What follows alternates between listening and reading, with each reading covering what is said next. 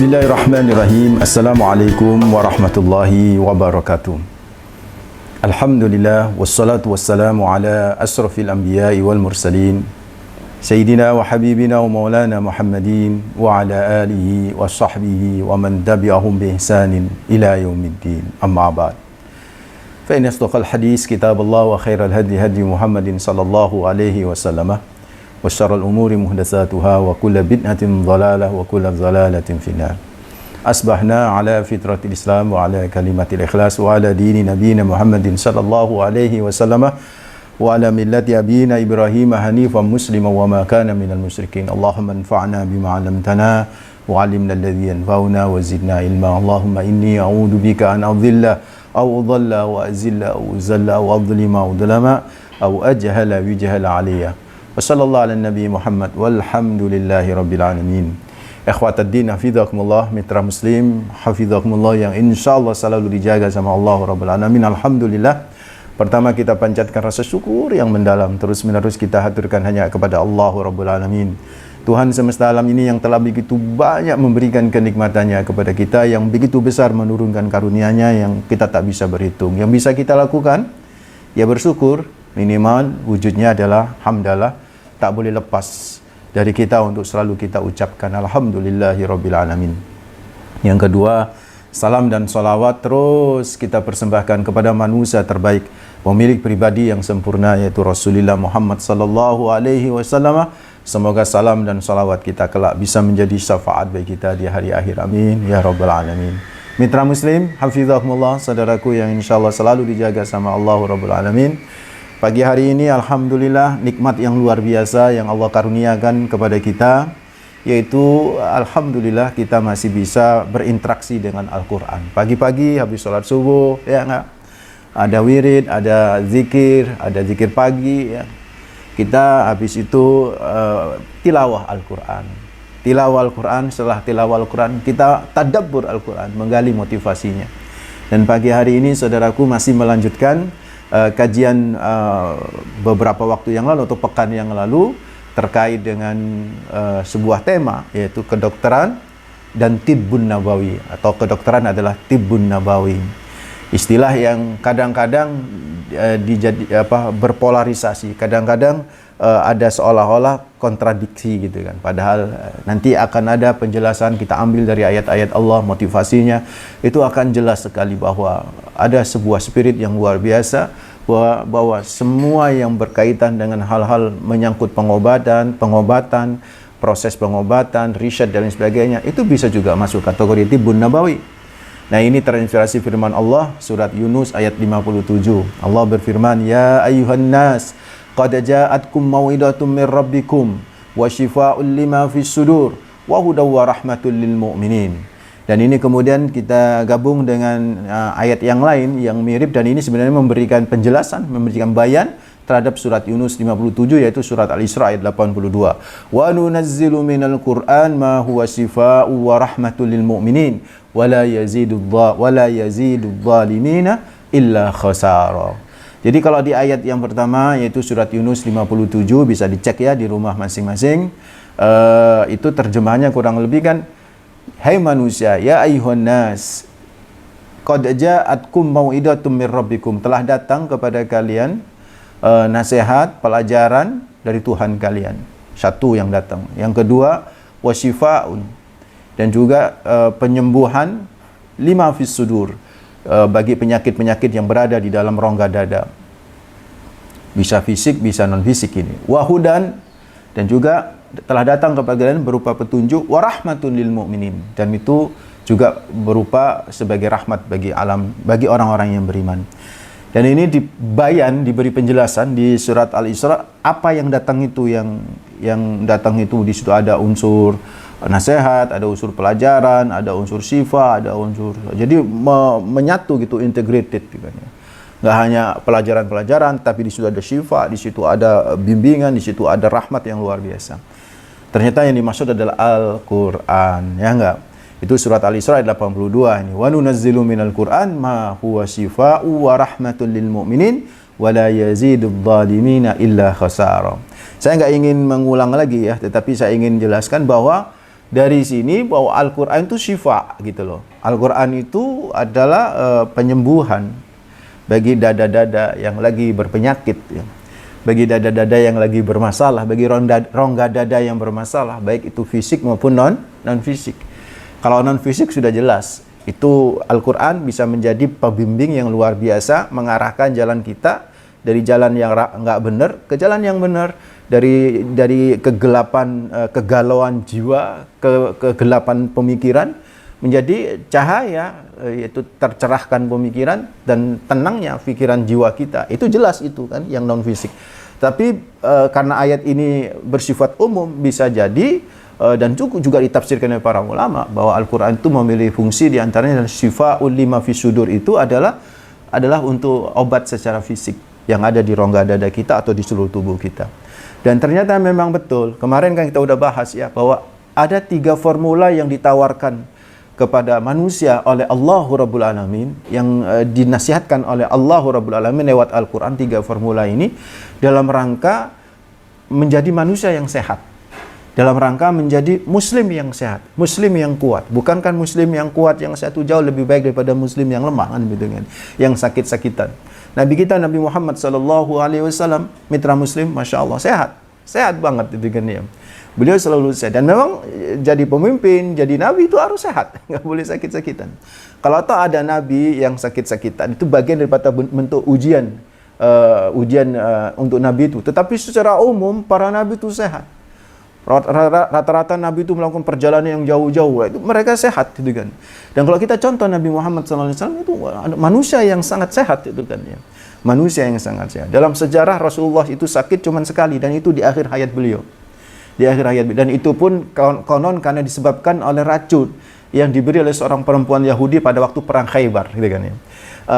Intinya Rasulullah itu sehat. Kenapa? Di Al-Quran memang memberikan suatu formula bagaimana kita harus tetap menjadi seorang muslim yang sehat, manusia yang kuat, manusia yang sehat, yang nanti akan benar-benar bisa menjadi mediasi yang luar biasa untuk semakin mendekatkan diri kepada Allah Rabbul Alamin. Nah, 3 formula itu, formula pertama sudah saya bahas ya. Jadi mitra muslim bisa nanti ngecek lagi mungkin di rekaman atau di kajian pekan kemarin, yaitu apa? Bahwa di dalam Al-Quran ada formula yang itu tersirat dari Al-Baqarah 184, bahwa kita diminta untuk selalu menjaga kesehatan, jangan sampai lemah gitu kan. Bahkan demi menjaga kesehatan sampai puasa boleh dibatalkan, kan gitu kan, Al-Baqarah 184. Nah, nanti bisa merujuk ke situ ya. Kita coba lanjutkan yang kedua. Apa formula yang kedua yang ingin saya katakan di sini, yang saya ingin bahas lebih dalam lagi? Formula yang kedua ini adalah mengeluarkan sesuatu zat yang tak baik yang masuk ke tubuh kita, harus dikeluarkan. Atau bukan yang masuk, atau yang ada di tubuh kita, sesuatu yang tak baik, unsur yang tak baik itu harus dikeluarkan. Itu formula untuk supaya kita benar-benar bisa menjadi orang yang sehat, gitu kan ya. Bahkan sampai ibadah yang kita lakukan boleh dibatalin demi mengeluarkan sesuatu yang dari tubuh kita itu. Apa itu, saudaraku, mitra muslim hafizahumullah? Itu haji ya, contohnya haji atau di umroh. Dan itu ada tersirat di Al-Baqarah 196. Allah berfirman di Al-Baqarah 196, "Faman kana minkum maridan aw bihi adan aw bihi adam min ra'sihi fa fidyatun min syiyamin aw sadaqatin aw nusukin." Al-ayat. Kata Allah Rabbul Alamin, yang kurang lebih terjemahnya, "Faman kana minkum", barang siapa di antara kalian yang maridan, sakit. Jadi setelah sudah berniat ihram, berniat haji misalnya gitu kan ya, "Faman kana minkum maridan", kalau kalian sakit dalam kondisi berihram kayak begitu, "au bihi adan min ra'si", atau di kepalanya itu ada sesuatu penyakit ya, ada kutu, ada bakteri ya, yang berada di kulit kepala dan itu guatel gitu kan ya. Dan untuk supaya membersihkan kepala itu harus dicukur, padahal menyukur kan nggak boleh karena sudah berihram, sudah jadi muhrim kan. Muhrim itu bukan orang yang tidak boleh diharam, itu mahram namanya. Muhrim itu adalah orang yang berihram. Nah, yang sudah berihram kan sudah muhrim ya. Kan nggak boleh potong apapun ya kan, apalagi memplontos. Padahal di satu sisi bihi adam min ra'sihi, itu ada penyakit yang ada di kulit kepala itu, dan itu kalau mau ingin sembuh ya harus dipelontos misalnya. Maka pilihannya adalah pelontos, pilihannya cukur, supaya pori-pori yang ada di kepala itu terbuka, kemudian penyakit kulit itu juga bisa tertangani, bisa disembuhkan. Bagaimana dengan ibadah umrahnya atau ibadah hajinya? Dikasih jalan keluar, fafidyatun, bayar dam. Pilihannya puasa 3 hari kan begitu kan ya, atau sedekah, atau kemudian sedekah kepada 6 orang fakir, atau nusuk, atau nyembelih kambing ya. Jadi saudaraku ikhwata din fillah, saya nggak ingin bahas umroh hajinya ini ya, mitra muslim. Saya ingin bahas motivasi spiritnya dari Al-Baqarah 196 itu apa? Demi sesuatu yang harus dikeluarkan dari kulit kepala, boleh melanggar gitu kan ya. Yang seharusnya tak boleh kan, karena posisi dalam kondisi muhriman, dalam kondisi berihram gitu kan ya.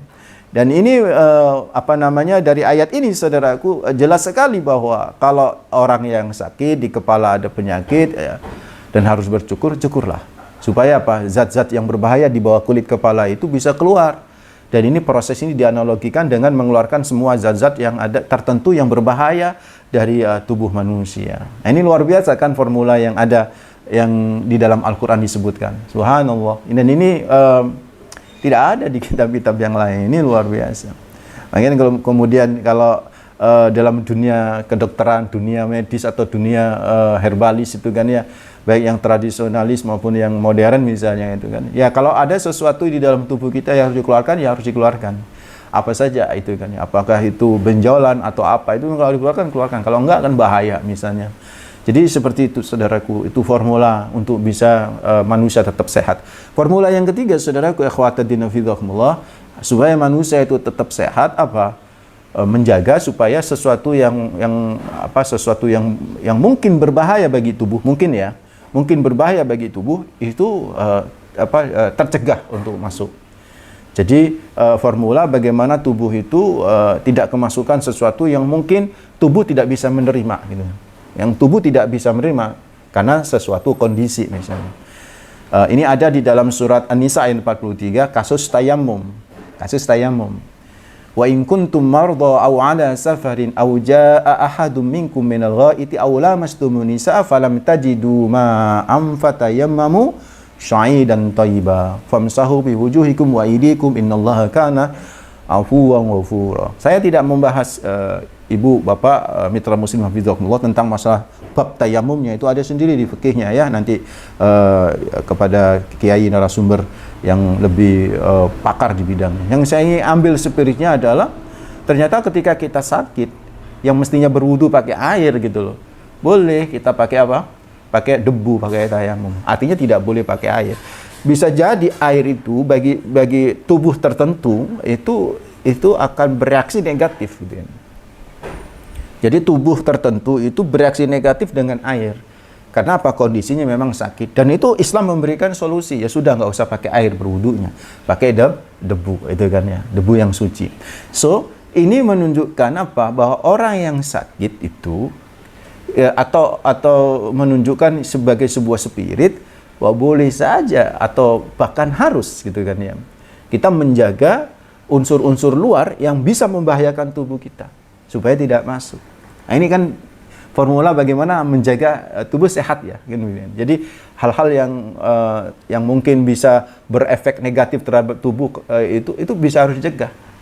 Kalau dalam contoh ini adalah apa? Air ya kan bagi orang yang sakit gitu. Ini bisa dianalogikan, bisa di breakdown seterusnya. Ya sekarang seperti sekarang ini masa pandemi COVID-19 ya, virus-virus gitu kan. Apalagi virusnya terbang kemana-mana misalnya kan.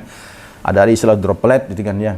Ya makanya nggak boleh berdekatan. Dan itu saudaraku itu diajarkan oleh Islam gitu kan, bahwa tubuh harus dijaga dari sesuatu yang mungkin bagi tubuh orang tertentu itu menjadi drop tubuh itu dan menjadi tidak sehat. Maka harus dijaga itu saudaraku. Itu Islam itu luar biasa. Itulah kenapa Rasulullah Muhammad SAW itu melarang berdekatan dengan orang yang terpapar penyakit menular itu kan. Ada satu hadis riwayat Imam Ahmad dan Al-Baihaqi menyebutkan la tudimu an-nadhara ilal majdum. Jangan terlalu lama kamu memandang orang yang terkena penyakit lepra, penyakit menular. Dikiaskan terlalu lama memandang itu terlalu dekat. Ya, kalau dari jauh kan nggak ada masalah. Tapi kalau terlalu dekat, ya, terlalu lama itu kan kiasan kepada terlalu dekat. Kenapa? Khawatir nanti virus yang ada di orang yang dilihat atau dideketin itu akan bergerak menularinya. Dan ini formula yang ditawarkan gitu. Jadi ada kondisi-kondisi tertentu yang kita memang tidak boleh gitu kan ya, berdekatan dengan orang-orang yang sakit. Ketika orang yang sakit itu memang nanti akan memuntahkan atau menularin sesuatu yang tidak baik bagi tubuh kita yang sehat. Oleh karena itu ada hadis yang menyatakan la yuridanna mumridun ala musyihin. Tidak boleh orang sakit itu makan bareng sama orang sehat itu makan bareng sama orang sakit. Maksudnya tidak boleh orang sehat itu kumpul sama orang sakit. Wa firra minal majdum kama tafiru minal asad. Jauhilah orang-orang yang berpenyakit menular sebagaimana engkau menjauhi singa itu kan. So, dari sini mitra muslim hafizahumullah, 3 formula ini kan di dalam Al-Quran, di dalam rangka supaya tubuh kita menjadi sehat. Pertama ya kita menjaga supaya tidak lemah tubuh kita ya. Itu terinspirasi di Al-Baqarah 184. Yang kedua, ya kalau ada sesuatu penyakit di tubuh kita ya harus dikeluarkan gitu kan ya. Dikeluarkan supaya kita menjadi sehat, itu terinspirasi Al-Baqarah 196.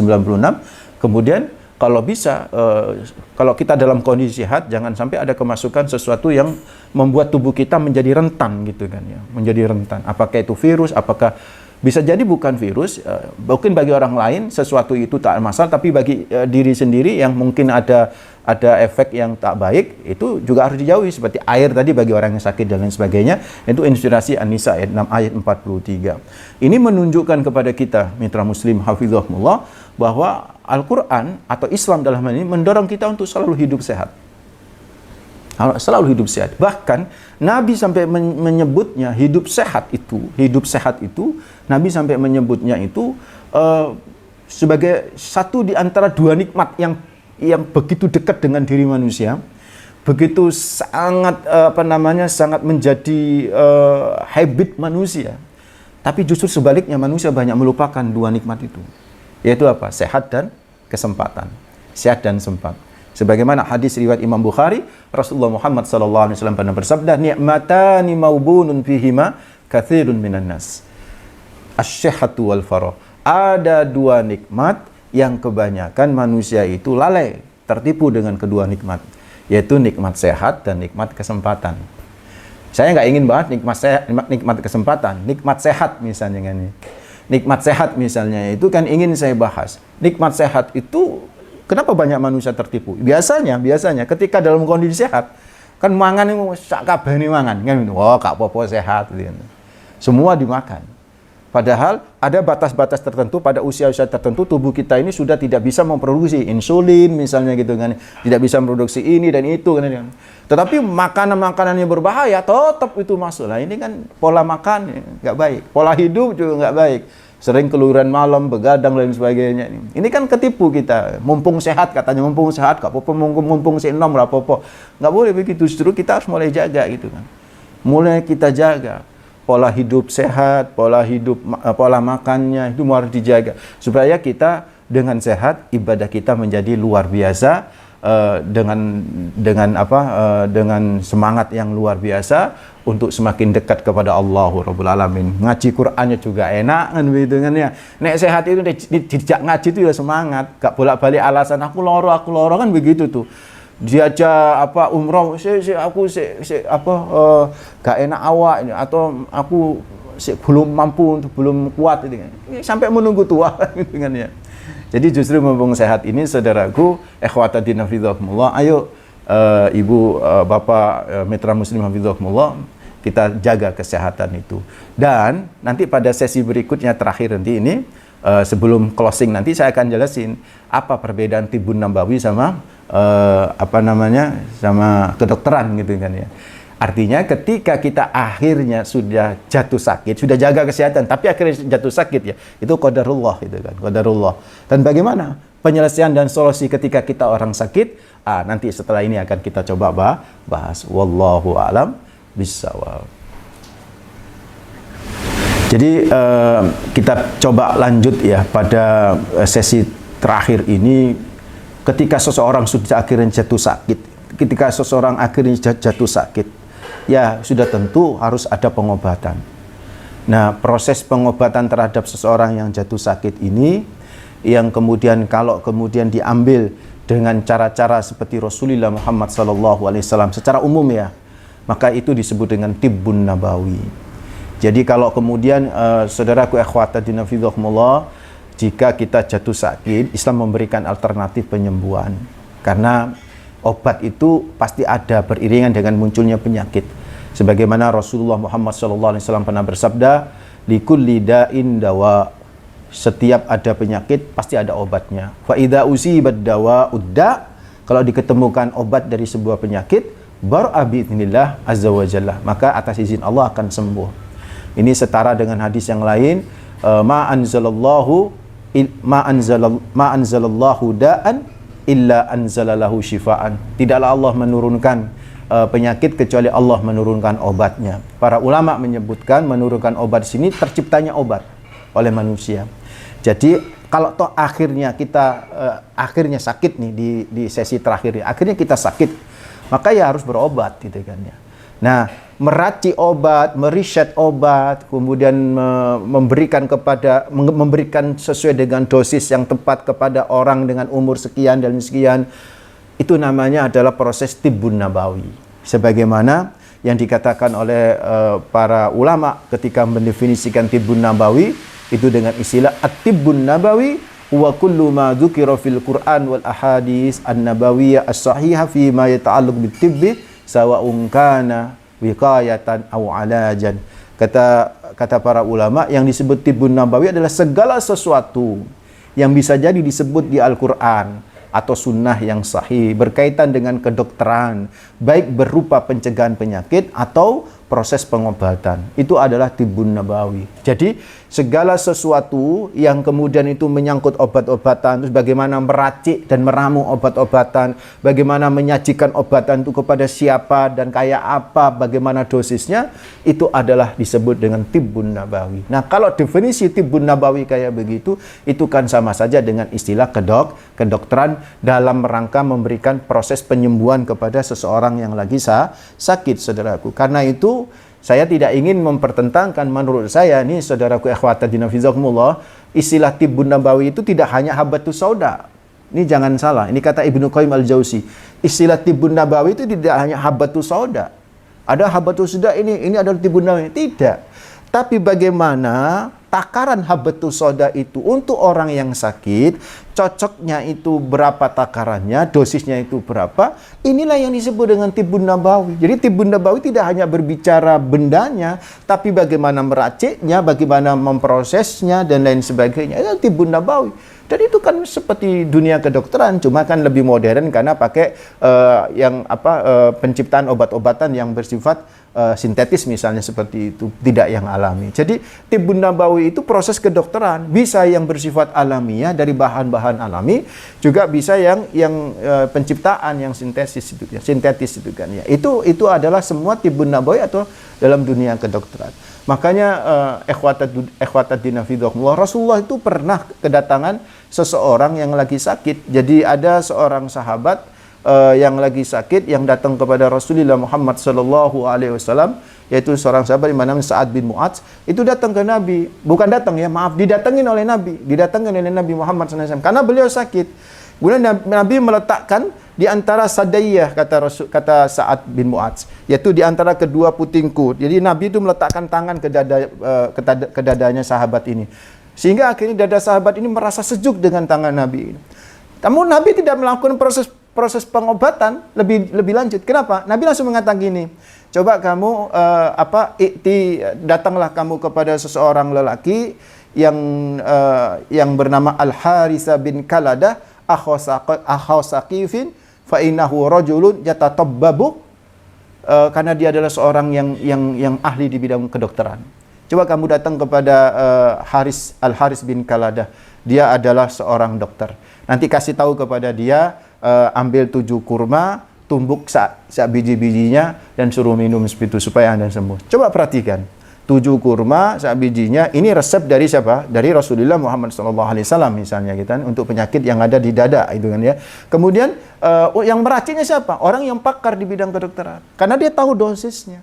Inilah kemudian Ibnu Hajar Al-Asqalani menyebutkan berkaitan dengan hadis ini sahih ya, itu mengomentarin hadis ini bahwa yang namanya Tibbun Nabawi itu tidak hanya sekedar benda atau buah atau obat herbalnya saja, tetapi bagaimana meraciknya, bagaimana kemudian meramunya, ukurannya dan dosisnya, dan cocok nggak dengan orang yang akan disembuhkan. Ini adalah proses yang disebut dengan proses kedokteran. So, Tibbun Nabawi itu juga adalah kedokteran adalah Tibbun Nabawi, dengan catatan satu, yaitu ketika dalam prakteknya tetap mengedepankan ruqyah, yaitu doa kepada Allah Rabbul Alamin. Doa ya Allahumma Rabban nas adhibil bas iswi anta safila sifaila sifauka sifan la yughadiru saqama. Terus baca misalnya tahurun. Misalnya seorang dokter bisa begitu kan, sambil menyentuh yang sakit yang mana, sambil baca tahurun insyaallah. Tahurun terus enggak apa-apa insyaallah gitu kan. Sambil bismillahirrahmanirrahim doa. Terus yang kedua, bahan obat-obatannya sudah tentu halal. Terus yang ketiga apa? Keyakinan akan kesembuhan datangnya hanya dari Allah Rabbul Alamin. Kalau tiga hal ini saudaraku ikhwatadina fizakumullah ada pada seorang dokter, maka dokter itu juga sudah mempraktekkan Tibbun Nabawi. Tapi sebaliknya, kalau ada orang yang hanya mengandalkan tradisional doang, kemudian dia tidak pakai basmalah, tidak pakai berdoa, pokoknya ini gini, itu namanya dukun kan, begitu kan ya. Ini nggak masuk kategori Tibbun Nabawi, saudaraku ikhwatadina fizakumullah. Ayo jaga kesehatan kita dengan selalu menjaga pola hidup kita, pola makan kita, agar kita tetap sehat. Karena ketika kita sehat, saudaraku ikhwatadina fizakumullah, insyaallah ibadah kita akan menjadi lancar, takarub kita kepada Allah semakin bersemangat. Mudah-mudahan inspirasi ayat surat Yunus ayat berapa tadi? Ayat 57 dan surat Al-Isra ayat 82 menjadi inspirasi bagi kita untuk selalu menjaga kesehatan lewat Al-Qur'an. Aqulu qouli hadza wastaghfirullah li wa lakum innahu wal ghafurur rahim. Mohon maaf. Assalamualaikum warahmatullahi wabarakatuh.